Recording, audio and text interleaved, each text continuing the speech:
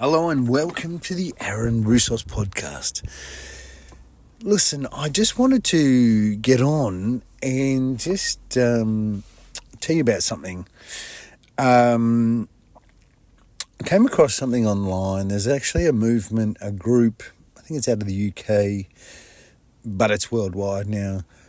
And it's about people grabbing a big plot of land and going off and starting their own commune and doing all that sort of stuff. And I guess it's a little bit like the reason why I like to immerse myself in the world. I pride myself from a very early age, before I was doing anything, that I was interested in every single person, all different walks of life, all different ages, and could respect everyone on their journey wherever they were at that particular point. And so obviously I've mentioned on some podcasts before as well that I personally could and have in the past amassed a huge following, but we were all in a bubble.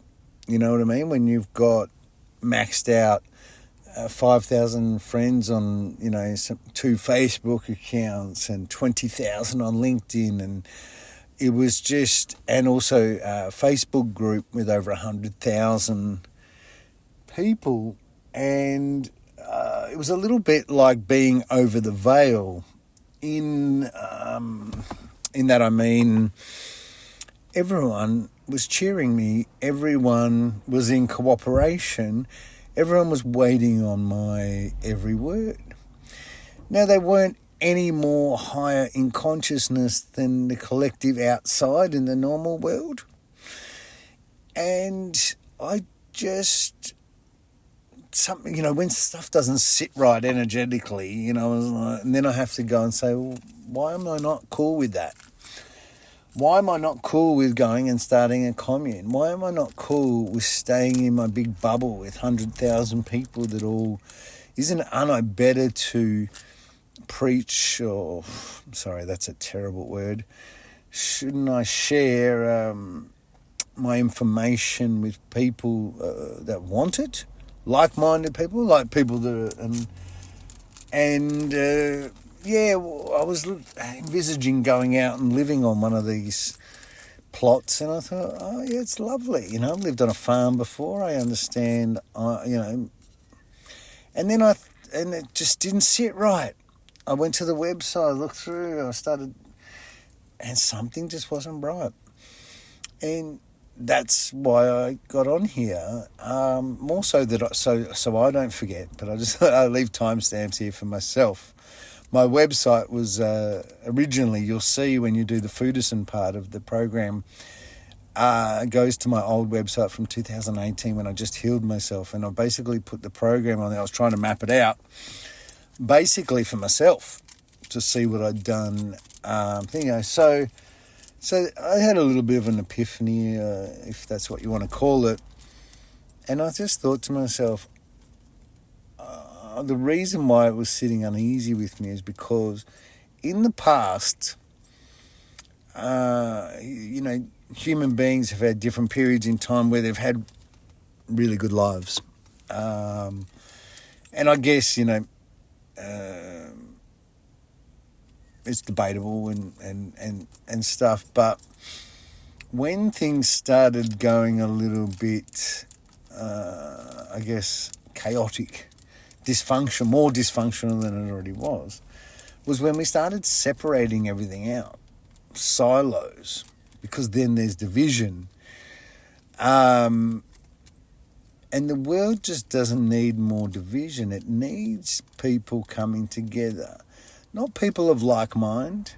People not of like mind need to be coming together. It's quite... I guess as humans evolve and they grow up, right? Because we've got these egos at the moment, and conditioning has got us using them and firing them well. But there's no instance in your life where it's actually going to be better to separate, okay? Unless you go talking about your own inner spiritual journey, but no one's even there yet. So basically, more is always better, right? There's physics involved and, evidence-based and physics-based and book-based, and it's just the way it is. And that's why, I've got a podcast where I say women's circles. Terrible idea. More division. And, in ancient times, they had like Lemurian teaching circles and stuff. But they weren't just for women. The women were entrusted with wisdom and the passing on of wisdom, and the men were there to learn. There's a lot of ancient jokes about a man saying something and then the women say, no, just go and catch a fish. It's back, how things have changed in thousands of years. But you can see how we were doing everything together. Now, women's circles, more division, more separation, right?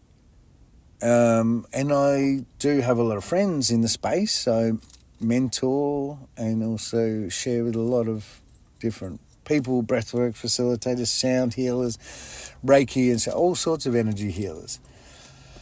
And I said, and I say what I'm saying to you now, and they said that some of these women have had terrible things happen to them by men, and there's no way they would feel comfortable talking about them in front of a man.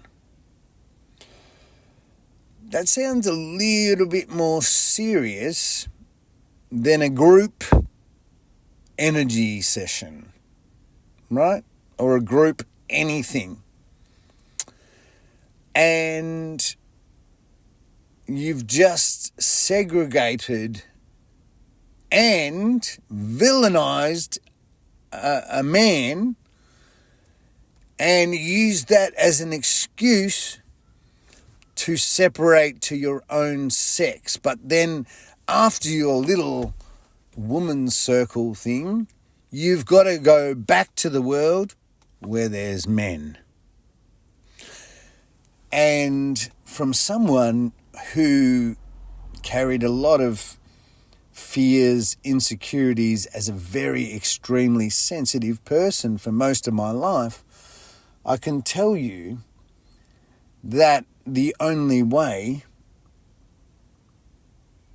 to fix the problem is to face the fear, not turn away from it, not deal with it in segregation. So there is no scenario, there is no mathematical formula where a woman's circle would be better than a mixed circle. We all have souls. We all have the yin and the yang. We are the test of duality. And so whether it be a compound, an immune, what do you call it? Not an immune system.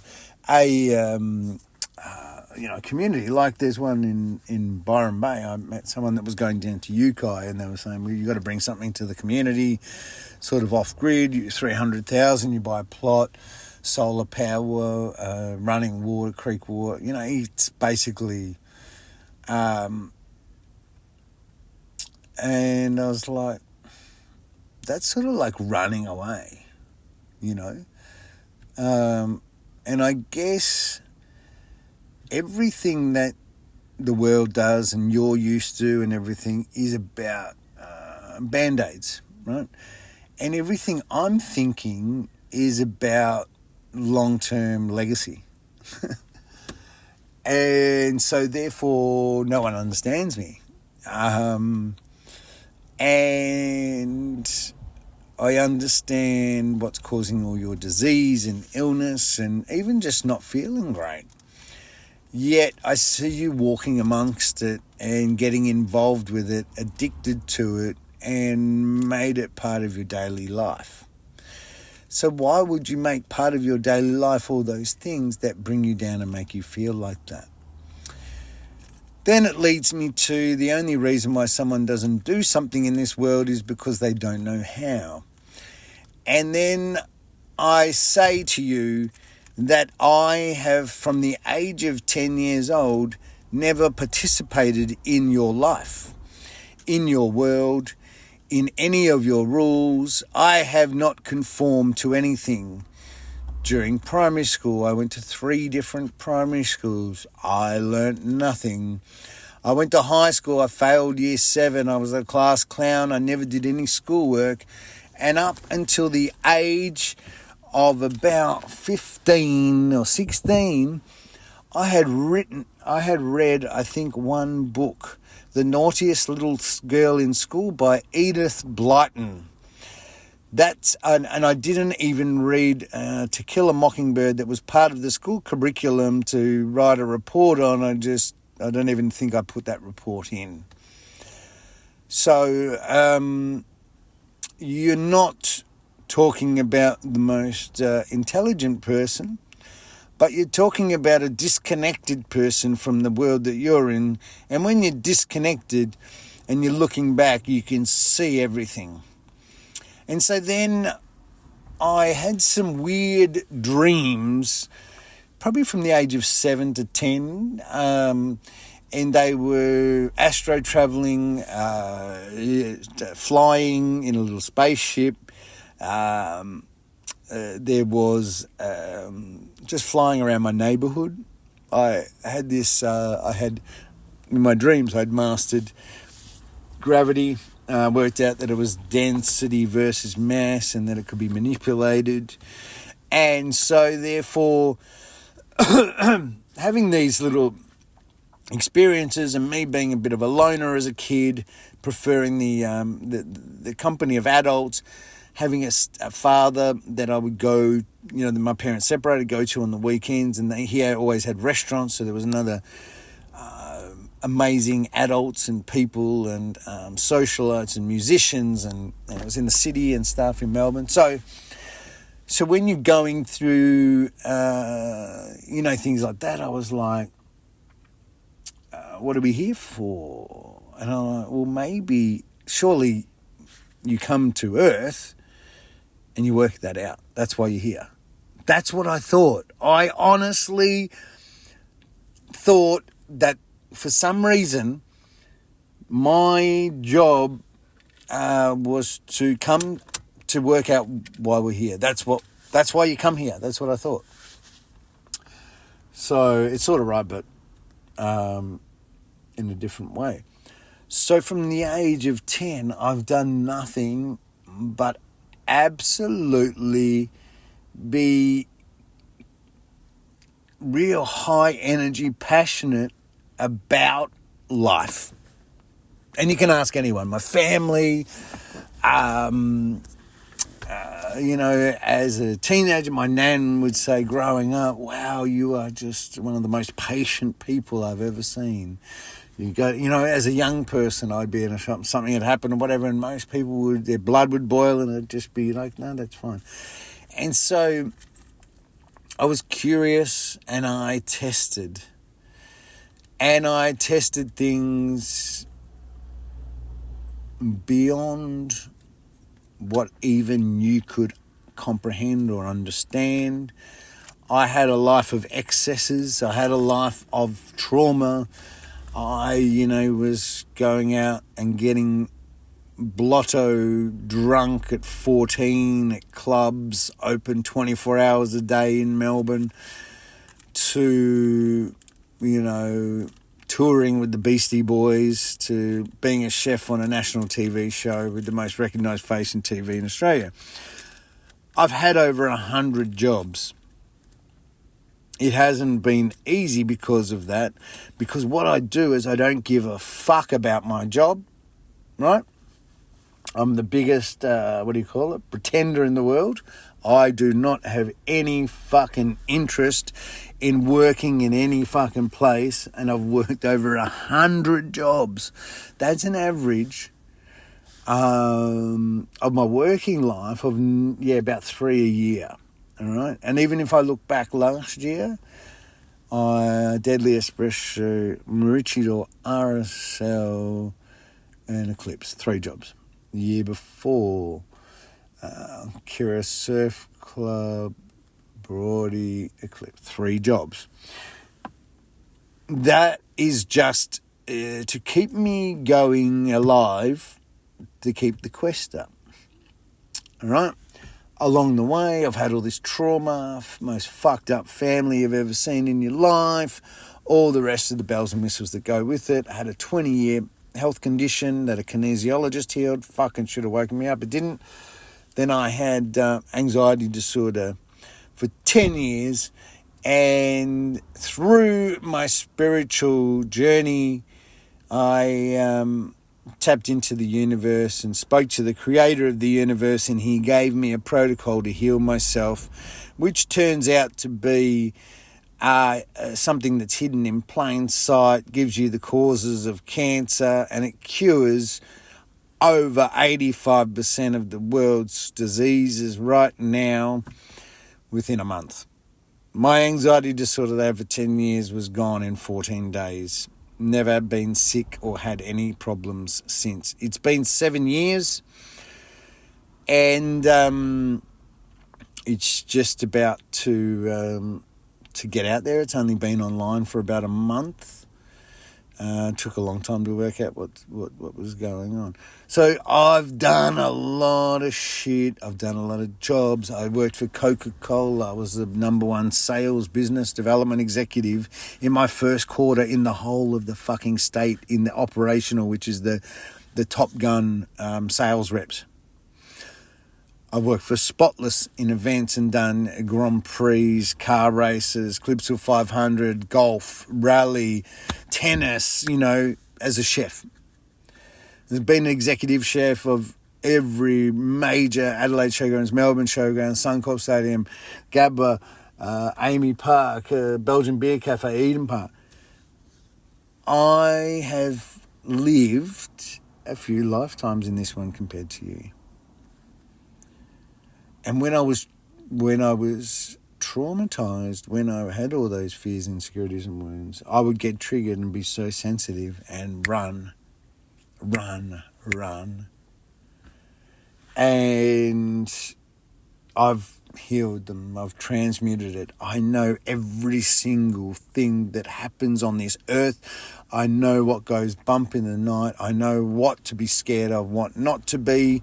I have extended my knowledge, wisdom from what you all accept in the mainstream or as the collective, and I have gone on 3 times that. I've experienced loss. I've experienced great success, huge financial gains. Most of the time, because I came from failing school, I really thought I wasn't going to have that good of a life. So when I'd go for a job as a food and beverage director of a $1 billion waterfront development in Darwin for AEG Ogden, and I get the job, I cried because it meant that much to me. That, someone with my pretty shit upbringing, I told you I've been an executive chef, cook for, last 7 prime ministers in Australia, the president of China. Of that many, I've hosted Hollywood movie wrap parties, you name it. You know, even like that sort of stuff. Being a personal chef for the Prodigy, toured the Beastie Boys, you know, venue manager at the Big Day Out, music festival, you know, as the licensee. Really things, but I just did it, you know, like Coca-Cola. I just went there to see how they do it. And I didn't give a fuck. I just needed a job and I was interested to see how they do it. I love horse racing, right? So one of the biggest the highest paying chef job in South Australia is the South Australian Jockey Club. That came up and I thought, I'm going to have a crack. And my boss and other people that were 10 times more experienced than me said, Aaron, we're going for that. You know,